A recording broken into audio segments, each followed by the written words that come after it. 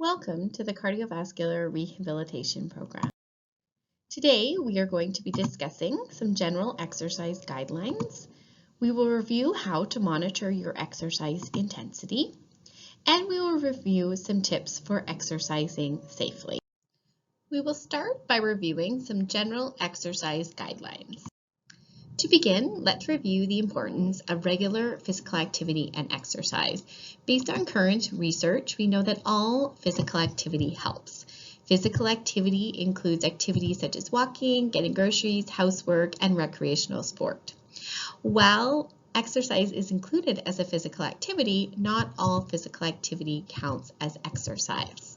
While physical activity is important, there is more benefit with moderate to vigorous exercise for bouts of 10 minutes or more. For an activity to be considered an exercise, the activity should be considered moderate to vigorous intensity, include large muscle groups such as your legs, and cause a sustained increase in heart rate for at least 10 minutes. Based on current research, general exercise guidelines suggest accumulating 150 to 300 minutes of cardiovascular-based exercise per week. There are several different options for cardiovascular-based exercise. Some examples include the brisk walk or cycling. They involve large muscle groups, and they will increase your heart rate for a sustained period of time. It is also recommended that you get in at least 2 days of resistance training, and balance exercises are also recommended as well. If you are new to exercise, it is important to start slow and slowly increase your time and intensity over a period of time. Your exercise therapist will work with you to help you achieve these goals. These are a few examples of the equipment that you can use to complete the resistance training. You can also look around the house for some household items as well. So for example, you could use a reusable grocery bag and fill it with some soup cans or books, or maybe you have an empty laundry jug with a handle that you could fill with water. There are lots of different options out there for completing the resistance training.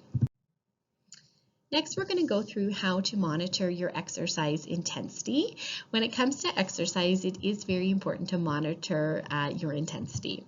You can monitor your intensity by checking your heart rate, either manually or through some technology-based options, or by considering the rating of perceived exertion, which we will discuss on the next slide.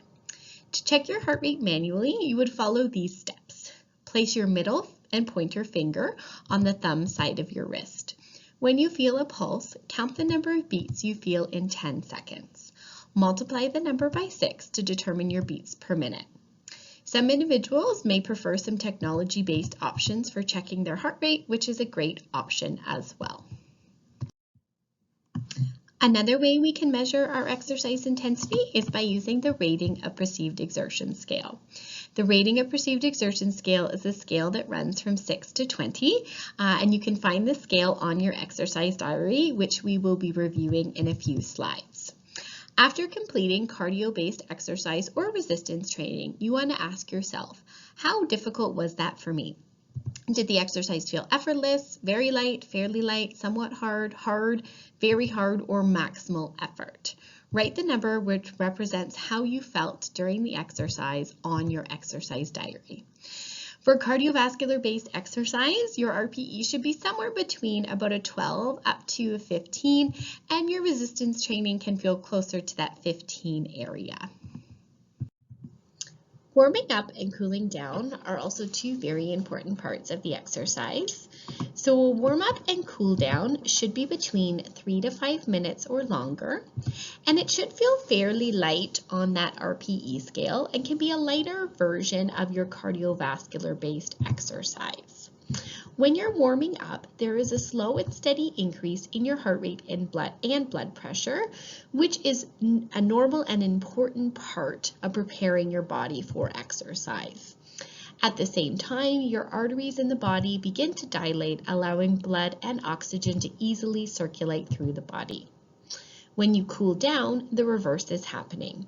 Cooling down prevents the blood from pooling in the lower legs, which can lead us to feel dizzy or unwell. So when should you stop exercising?